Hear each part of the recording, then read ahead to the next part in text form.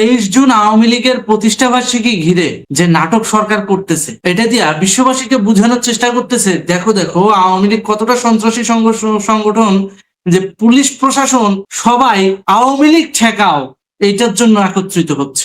আওয়ামী লীগের প্রতিষ্ঠাবার্ষিকী 23 জুন, এটা সত্য, কিন্তু সেই 23 জুনকে ঘিরে সরকারের এই সমস্ত প্রস্তুতি, এই সমস্ত নথি, এগুলাই ফিউচারে আন্তর্জাতিক পর্যায়ে দেখায় আওয়ামী লীগকে, ছাত্রলীগকে, যুবলীগকে সন্ত্রাসী সংগঠন ট্যাগ লাগায়া আন্তর্জাতিক ভাবে নিষিদ্ধ করার একটা প্রক্রিয়াই বর্তমানে বাস্তবায়ন হচ্ছে। এখানে আপনার আমার লাফালাফি করে এত উত্তেজনা করে খুশি হওয়ার কোনো কিছু নাই। নেত্রী যখন আসবে তখন বলেই আসবে, নেত্রী যখন আসবে ফ্লাইটে উঠবে, সেটা ওয়ার্ল্ড ওয়াইড নিউজ হবে, শুধু বাংলাদেশে না। ভাইয়ের পা চাটতে যায়া নিজেরা মিছিলে যাবেন, ঝটিকা মিছিল করবেন, ওইটাকে ফুটেজ কইরা সেই ফুটেজের নিচে আবার উল্টা পাল্টা কিছু এগ্রেসিভ ভয়েস ওভার দিয়া সেটাকে বুঝাবে কি, এই যে দেখো দেখো আওয়ামী লীগ হুমকি দিচ্ছে, এই যে দেখো দেখো সন্ত্রাসীপনা করতেছে বাংলাদেশের ভিতরে, যেটা গতকালকে হয়েছে। গতকালকে একটা ফুটেজ দেখলাম যেখানে বলতেছে, পুলিশকে বলতেছে এই সামনে আসবি না, খাইলামো মাইরালামো ধরেলামো। এখন আমার কথা হচ্ছে, পুলিশকে যে হুমকিটা দিল, এই হুমকি দেওয়ার বিষয়টা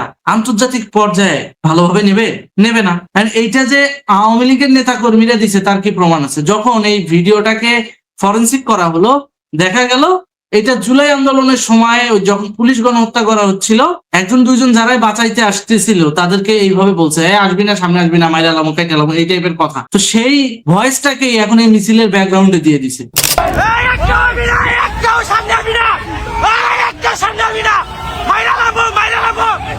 বাঙালি কয়জন ফরেন্সিক বোঝে? বাঙালি কয়জন ভিডিওর কারসাজি বোঝে না তো। তারা ভাবতেছে কি আওয়ামী লীগ মনে হয় সত্যি সত্যি এই হুমকি দিছে, যেহেতু এটাকে ফলাও ভাবে প্রচার করা হচ্ছে।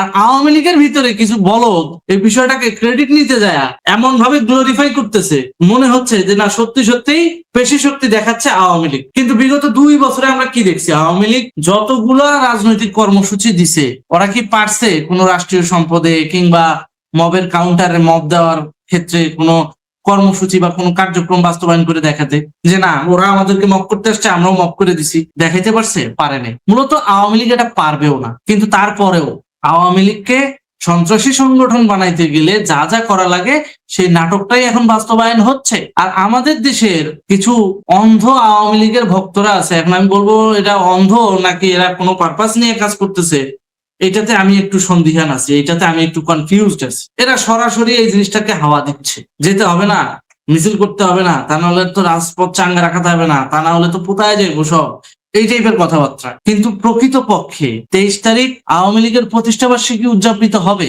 কিন্তু সেটাকে ঘিরে কোনো অপ্রীতিকর ঘটনা ঘটবে না, কোনো মিছিলের আয়োজন করা হবে না। প্রতিষ্ঠাবার্ষিকী কিন্তু অন্যভাবেও পালন করা যায় এবং আওয়ামী লীগ সেটাই করবে। কারণ সাম্প্রতিক সময় আপনারা জানেন নেত্রী কিন্তু দেশে ফেরার একটা ঘোষণা দিয়েছে। তো ঘোষণা দিয়েছে যেহেতু, তার মানে নেত্রী দেশে ফিরবে, আওয়ামী লীগ সুসংগঠিত হয়েই নেত্রীকে রিসিভ করবে। এখন নেত্রী ফেরার আগে যদি আওয়ামী লীগকে বিভক্ত করা যায়, তাহলে তো ওদের যে প্ল্যান সেটা বাস্তবায়ন হয়ে যায়। একই সাথে আন্তর্জাতিক পর্যায়ে আওয়ামী লীগ, যুবলীগ, ছাত্রলীগকে ব্যান করার জন্য, তাদেরকে সন্ত্রাসী সংগঠন ট্যাগ দেওয়ার জন্য তো একটা প্রক্রিয়া চলতেছেই। এক ঢিলে 2 পাখি হয়ে যাবে। দেশব্যাপী এই অ্যালার্ট সিচুয়েশন তৈরি করার মাধ্যমে তাদের একটা অজুহাত এসে গেল, তারা এখন বাড়ি বাড়ি যায়া আওয়ামী লীগ, যুবলীগ, ছাত্রলীগের কর্মীদেরকে ধরে আনবে, এটা নির্যাতন করবে। এবং সাম্প্রতিক সময় ফরিদপুরে আমরা সেটাই দেখেছি, প্রান্ত মির্জা নামে যে ছেলেটা মারা গেল, তাকে কিন্তু বাড়ি থেকে তুলে নিয়ে এসে মিথ্যা মাদকের মামলায় ফাঁসানোর একটা চেষ্টা করা হয়েছিল। কিন্তু পরবর্তীতে কি দেখা গেল? পুলিশের টর্চারে নির্যাতনের শিকার হয়ে সে মারা গেল। তো এইরকম মূলত আওয়ামী লীগকে সুসংগঠিত করা, আওয়ামী লীগকে বিভক্ত করার জন্য এই গোষ্ঠীটা কাজ করছে রাষ্ট্রীয় মদতে, এবং এই রাষ্ট্রীয় মদতটাকে পুঁজি করে প্রকৃতপক্ষে আওয়ামী লীগকে বিভক্ত করার মাধ্যমে শেখ হাসিনার যে প্রত্যাবর্তন, সে প্রত্যাবর্তনটা ঠেকাতে চায়। এবং শেখ হাসিনার প্রত্যাবর্তন ঠেকাইতে যায় তারা আইনকে রীতিমতো নিজের হাতের কাঠপুতুলের মতো ব্যবহার করতেছে। মানে যখন খুশি তখন এটারে বিয়ে দিবে। ওই যে ছোটবেলায় আমরা কাঠপুতুল খেলি নাই, যে বরের সাথে বউ বিয়ে দেয়, একটা মেয়েকি বিবাহের অনুষ্ঠানের আয়োজন করা হয়, ঠিক সেম ভাবে একটা মেয়েকি প্রোগ্রামের আয়োজন করা হবে। দেখবেন হুদাই রাস্তায় 50 জন 60 জন নামে গেছে। আপনি জানেনও না এরা আওয়ামী লীগের কোন ইউনিটের সদস্য, কিন্তু তাদেরকে নামায় দিয়া মিডিয়া ট্রায়াল দিয়ে বুঝাই দিল কি, যে দেখো দেখো রাজপথ অস্থিতিশীল করতে চাচ্ছে আওয়ামী লীগ। কিন্তু প্রকৃতপক্ষে খেয়াল করে দেখেন, শেখ হাসিনা শুধু একটা কথা বলেছে যে সে খুব শীঘ্রই দেশে ফিরবে। সে কিন্তু 23 জুনের ব্যাপারে স্পষ্ট কোনো কর্মসূচি ঘোষণা করেননি। তো যেহেতু সংগঠনের প্রতিষ্ঠা বার্ষিকী আর ওই সংগঠনের সভাপতি মৌখিকভাবে কিংবা লিখিতভাবে কিংবা তাদের রাজনৈতিক প্যাডে কোনো প্রকার বিবৃতি দেয় নাই, কোনো প্রকার কর্মসূচি ঘোষণা করে নাই, সেহেতু সরকারের এই অভিযোগের কোনো ভিত্তি নাই। যেহেতু সরকারের এই অভিযোগের কোনো ভিত্তি নাই, তাহলে প্রশাসনকে এত অ্যালার্ট করে বাড়ি বাড়ি অভিযান চালিয়ে আওয়ামী লীগ, যুবলীগ, ছাত্রলীগের নেতা কর্মীদেরকে, তৃণমূল নেতা কর্মীদেরকে নির্যাতন করার মানেটা। শুধু তাই নয়, যে সমস্ত অতি উৎসাহী আওয়ামী লীগের সাধারণ কর্মীরা আছে, তৃণমূলরা আছে, তারা তো এটার মাধ্যমে ধোঁকা খাবে। তারা এটার মাধ্যমে ধোঁকা খায় 23 তারিখে যখন তারা মাঠে নামবে, সরাসরি তাদেরকে ওই ইউনুসীয় কায়দায় টার্গেট করে করে অ্যারেস্ট করবে। টার্গেট করে করে অ্যারেস্ট করে তাদেরকে 6 মাস, 8 মাস, 10 মাস জেল খাটাবে। আর তৃণমূল যদি বিভক্ত হয়, তৃণমূলের শক্তি যদি একটু দুর্বল হয়, শেখ হাসিনার ফিরে আসাটাও ওই 10-12 মাস পিছিয়ে যাবে। তার মানে বুঝতে পারছেন, এখানে আপনারা প্রোগ্রাম শুরু করার আগেই আপনাদেরকে একটা উস্কানি দিয়ে মাঠে নামায়া দিয়া আপনাদেরকে গ্রেপ্তার করা, আপনাদের ভিতরে মনোবল ভাঙার একটা চেষ্টা চালাচ্ছে বিএনপি, ডিজিএফআই, এনএসআই, অর্থাৎ বিএনপি সরকারের মদতপুষ্ট গোয়েন্দা সংস্থারা। এইটার ব্যাপারে আপনাদের সতর্ক থাকতে হবে। শেখ হাসিনা যেহেতু বলছে সে আসবে, সে আসবেই। যেদিন সে ঘোষণা দিবে যে হ্যাঁ আমি ফ্লাইটে উঠবো বা আগামী অমুক দিন আমি বাংলাদেশের মাটিতে পা রাখবো, তার আগে সবাই রেডি হয়ে রাজপথে চলে আসেন, কোনো সমস্যা নেই। কিন্তু রেডি হওয়ার নাম করে আওয়াজ দেওয়ার কোনো মানে নেই, রেডি হওয়ার নাম করে ঝটিকা মিছিল করার কোনো মানে নাই, রেডি হওয়ার নাম করে বান্ডেল বাণিজ্য করার কোনো মানে নাই, রেডি হওয়ার নাম করে ওই সমস্ত পকেট বাণিজ্য করা নেতাদেরকে তোষামুদি করার কোনো মানে নেই। যে সমস্ত নেতারা আপা এই যে আমি করাইছি, এই যে দেখেন, এইটা বইলা আপার কাছে ঠিকই ক্রেডিট নাই, কিন্তু বাস্তবে তৃণমূলরা পরে বিপদে। তৃণমূল অবশ্যই যাবে, তৃণমূল শেখ হাসিনার প্রত্যাবর্তনে অবশ্যই যাবে, কিন্তু সেই ডেট নির্ধারণ হওয়ার আগেই প্রতিষ্ঠাবার্ষিকীকে কেন্দ্র করে আপনারা যে মিছিল মিটিং এর যে প্রয়াস করার চেষ্টা করছেন, যেটাকে আবার বিএনপি সরকার গ্লোরিফাই করে ওয়ার্ল্ড ওয়াইড প্রমোট করছে, যে এই যে দেখো দেখো আওয়ামী লীগ বাংলাদেশকে অস্থিতিশীল করার চেষ্টা করছে, এবং একই সাথে বিএনপি সরকার শিবিরকে ওই সেম ভয়টা দেখাবে, জামাতকে ওই সেম ভয়টা দেখাবে, ওই যে দেখ আওয়ামী লীগ কিন্তু রাজপথে আছে, আমরা কিন্তু এক্সেস দিয়ে দিই।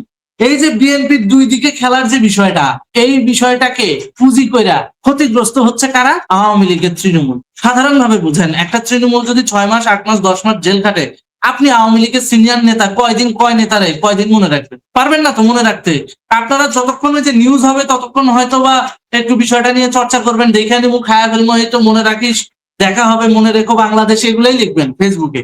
এর বাইরে তো তেমন কিছু লিখবেন না। আমাদের মতো কন্টেন্ট ক্রিয়েটাররা আপনাদেরকে এই বিষয়গুলো ধরিয়ে দেবে, সেটা ঠিক আছে, কিন্তু এখন দেখতেছি নেতারা কন্টেন্ট ক্রিয়েটার হইতে চাইতেছে। তাহলে আপনারা যদি কন্টেন্ট ক্রিয়েটার হন, তাহলে আপনারা কন্টেন্ট ক্রিয়েট করেন, আমরা মাঠে নামি, প্রকৃত পক্ষে বাস্তবতা বোঝার চেষ্টা করি, ভেতরে ভেতরে সুসংগঠিত হন। আওয়াজ দেওয়ার দরকার নেই, আওয়াজ দেওয়ার দরকার নেই, সুসংগঠিত হওয়ার অনেক ওয়ে আছে, সেভাবে সুসংগঠিত হন। যখন নেত্রী ফিরবে একসাথে গণজোয়ার, গণ আন্দোলন করেন, কোনো সমস্যা নাই। কিন্তু নেত্রী ফেরার আগেই যদি আপনারা এই ঝটিকা মিছিল, পটিকা মিছিল করে করে নিজেরা এক গ্রুপ আরেক গ্রুপকে টাবানোর জন্য পুলিশকে ইনফরমেশন দিয়া আপনারা যদি তৃণমূলকে বিভক্ত করা শুরু করেন, একটা পর্যায়ে তো তৃণমূলের শক্তি নিঃশেষ হয়ে যাবে। তখন আওয়ামী লীগ কিংবা শেখ হাসিনা তার প্রত্যাবর্তন আরো প্রায় বছরখানিক পিছিয়ে যাবে।